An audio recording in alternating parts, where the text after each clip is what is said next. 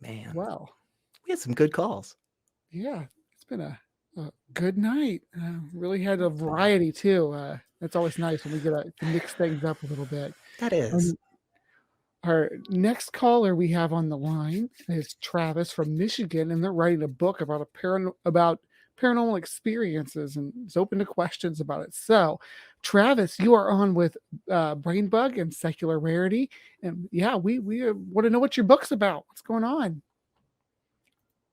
Hello.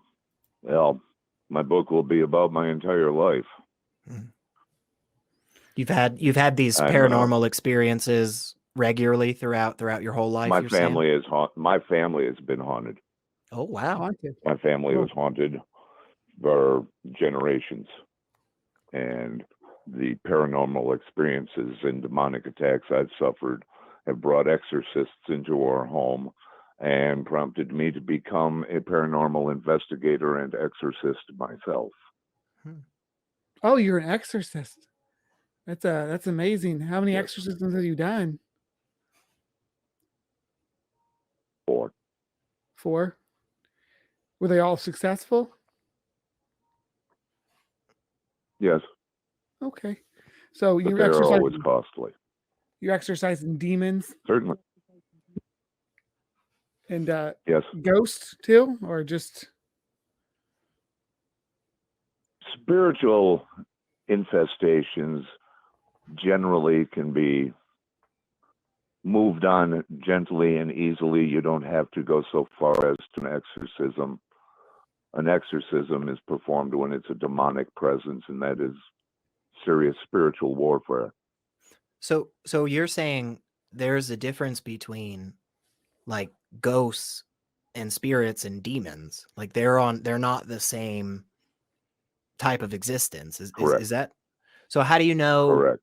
How do you know when it's a demon instead of a spirit? What's the criteria? What are the tells? Yeah.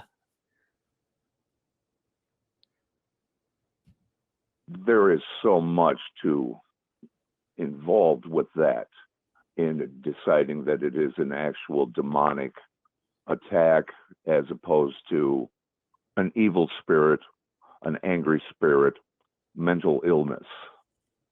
Interesting. Many of these things can be manifested by mental illnesses, personal actions and reactions.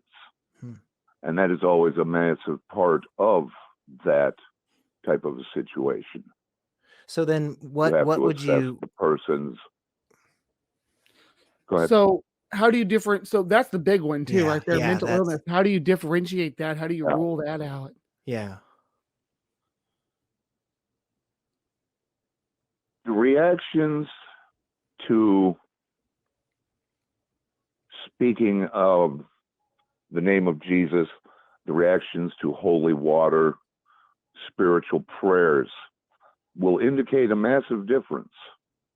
The reaction, the person who is suffering being possessed reacts completely differently if it's actually demonic as opposed to spiritual.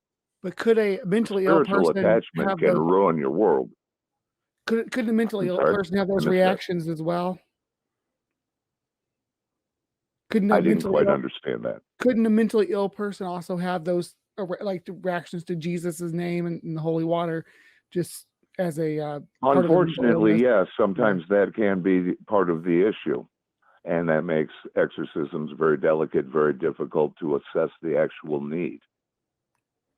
So is there something that's like a huge red flag that it's just like, yo, like levitating or anything like that? There's nothing else. We are positive if X is present, if Y is there, we know it's not mental illness. We know it's in the realm of spirit, angry spirit, demon. Is there anything that definitively cuts that line for us, or? Yes. Okay. What? There are some serious indications. One of which is odor. The smell of feces is overwhelming in a demonic presence. But could also be present with mentally rotting flesh. Yeah, rotting flesh. Now that's no. They can't generate the odor. You know, sure, of course, they could poo They could- themselves, make a mess. Right. Yeah, Right. that's But more what I was talking about. it's Yeah. not the same. It is not the okay. same at all. It is such an overwhelming, gagging, retching stench. It's crippling. It's not just walking into a room and somebody shit themselves. No, this is a crippling physical reaction you can't stop. Okay, That so is a we got a definitive sign of a demonic presence. And is the odor just coming Insects. from the individual that you're saying is possessed, or is it No. like if you picked up the person and you put them in a different room, would the whole room start to smell bad? The odor permeates the entire room. So it originates with the person. Around the person, yes. okay. And the entire room will have this odor to it. Sometimes, depending on how strong it is, the entire house can be terrible. When we had It's to like have a feces exorcisms and rotting done at, flesh. I'm sorry. Oh, was sorry, I keep cutting you off. I think there's a little bit of a delay for me. It has been driving me crazy all night, so I apologize. But yeah, so it's the smell is feces and rotting flesh. Is that just an apt description of it? A combination of those two. Is it Yes. always the same? Is it always the same smell, or does each situation have its own That's a good unique question. smell? That's a good question. Well, it's not an identical smell each time, but it's the very similar odors. Okay. I would have expected a sulfur smell or something. Do you know? hunt?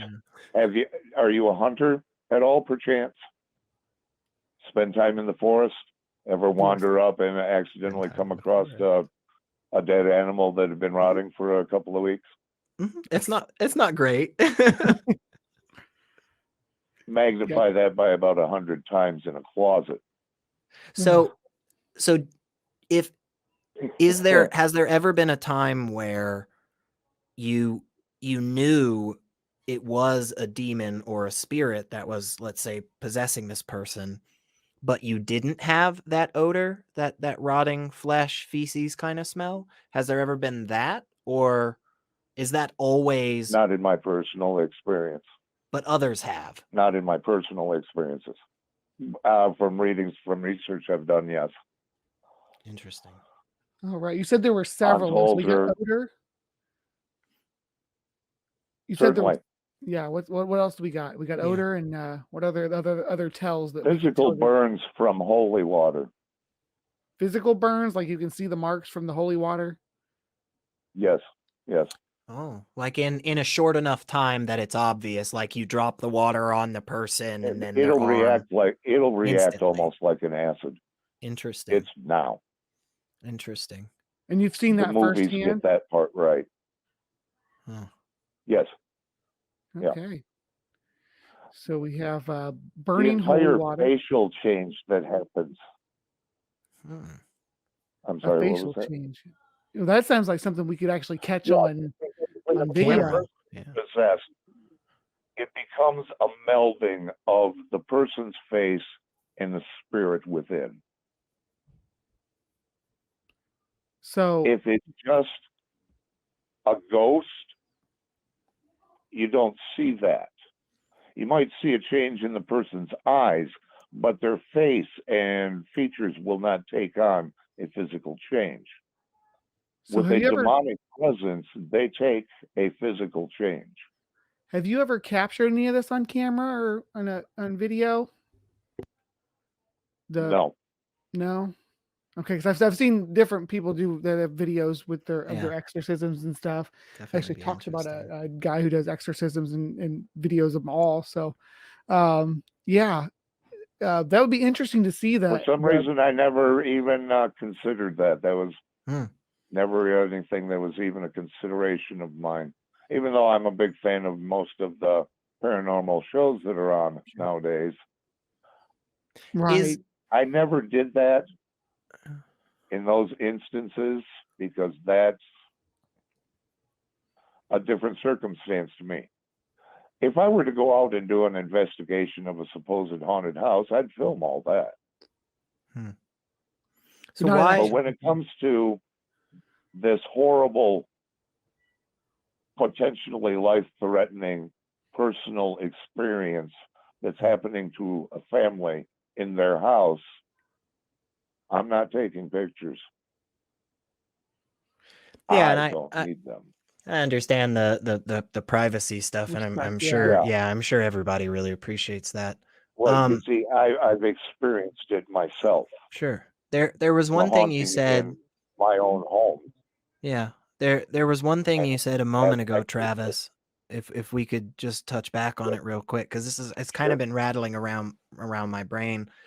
It sounded like you said that when somebody is possessed with a spirit, you don't see the physical facial features change like you do when it's a demon.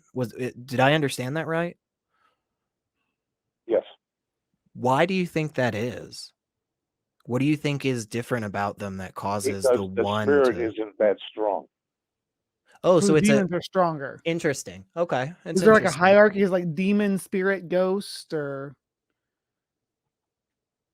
Well, I wouldn't say so much like a hierarchy per se, but a human spirit or soul, however you wish to refer to it, does not have the power that a demon has. A demon has all the powers it had as an angel before they were cast from heaven. So these are the only power Christian Satan didn't demons, have. Then. Just, and I know you said you had mentioned about Jesus Christ before in a version to that name. So are all demons Christian?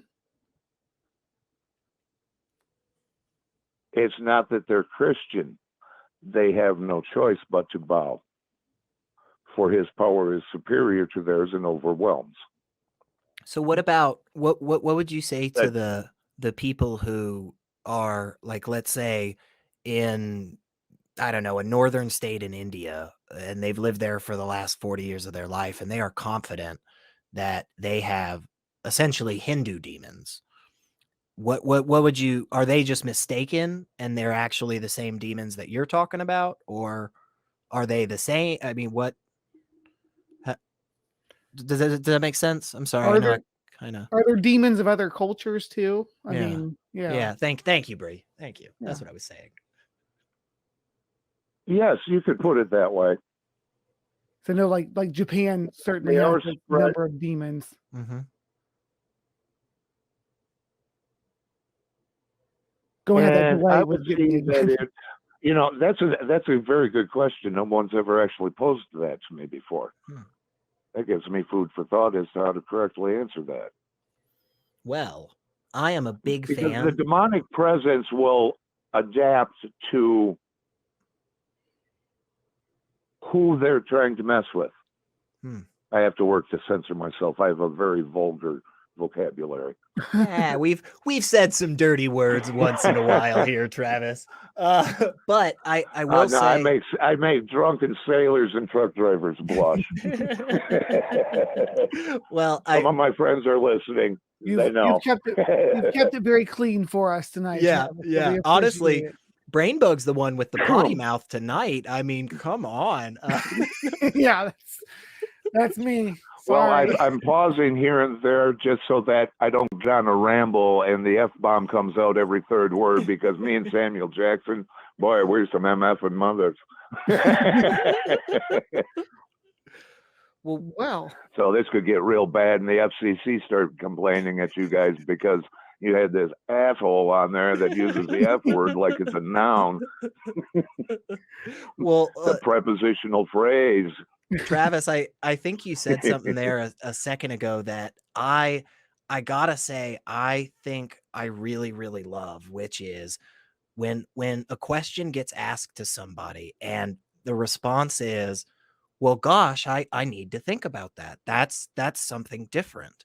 Because I think that is, I mean, I think that's why all of us here, BrainBug, myself, Ethan, all the other really cool hosts, that's why we love having these conversations, is because there's always more stuff out there for us to think about. And I know we've asked everybody else practically already, but Travis, I mean, would you want to think about that for maybe a week and give us a call next Tuesday, 7 p.m. Central Well, Time. actually, right I've already come to a what I find to be a very reasonable conclusion. here. I Yeah, could yeah, go expound for it. upon it next week, if, for Oh. that matter, if I come up with more. But I'm finding that what they would do is adapt themselves culturally to the people they're dealing with. But they would Interesting. still be averse. They're an entity in the first place. Here, I've showed up in China. They do all of this. This is how these people are. So I'm going to fuck with them like this because that's what their culture is. Interesting.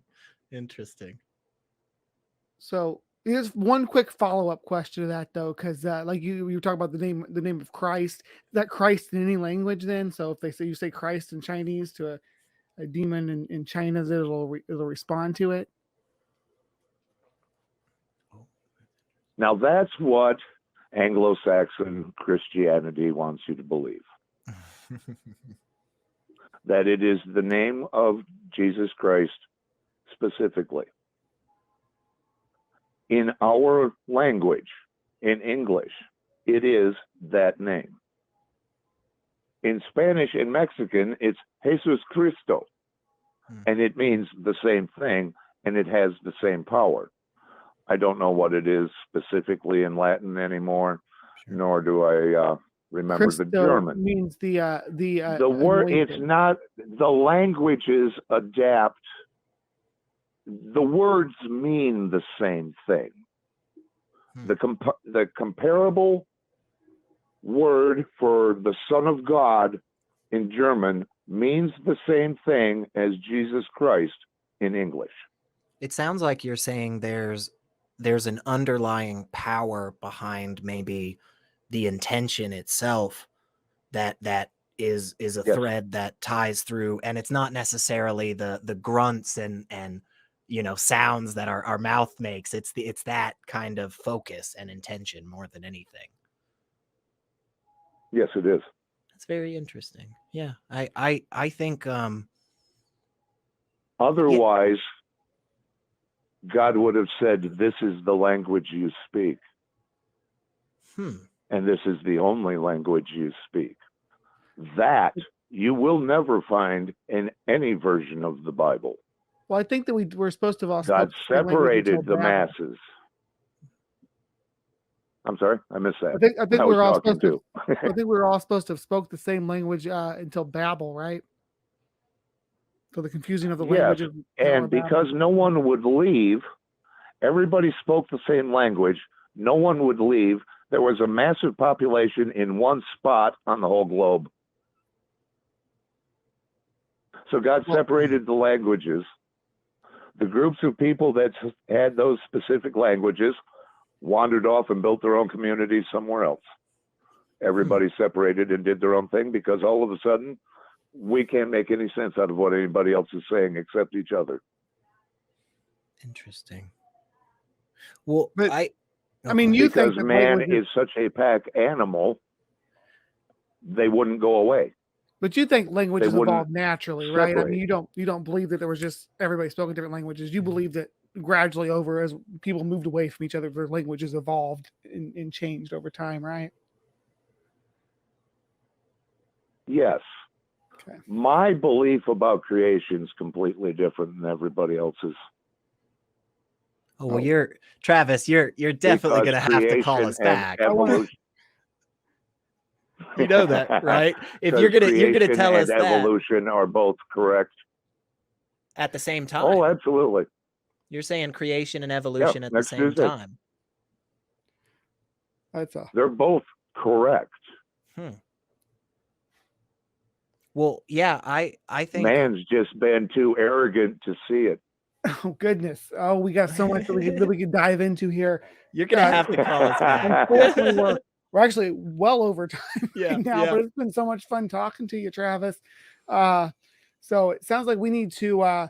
Again, we've said this to everybody who's called, but there's nobody who called tonight that I wouldn't talk to again. I agree. You all have been great. Travis, you're definitely included in that. So thank you for giving us a call tonight and bringing your experiences and your Did you want to? Do you have a publisher or anything? Do you want to plug your book, or is it still a ways in the waiting? No, not yet. I'm still in it's all in my head. I'm working on the outline for it. It's going to go fast as soon as I sit down to the keyboard, because it's all just rehashing my personal history. Well, It's definitely. not something I have to work out. It's just, Yeah. okay, I've got to put myself there again. God damn it. And I have to relive this and type it at the same time. Well, definitely update us on that, Travis. And it sounds like you've got a lot Oh, of other certainly. really, really cool things. And even though it won't always be Bree and myself, there are some other really, really cool people that would just love to chop it up and hash it out with just the same. So Yes. Sir. Cool. All right. All right. Well, Well, thank I'll you, call Travis. next week. We'll see what we can get into. awesome, sir. awesome. All right. We look forward to hearing you, and I'm gonna be listening because I won't be hosting next week, but I'll be listening if you're gonna call, Travis. All right. I bet there will be some really, really cool stuff. I think Yeah. I would love to dive into the creationism and evolution at the same time. We got that right at the end, and it was like, Right. oh, let's it was a good time though. It was a lot of really cool stuff. Good calls.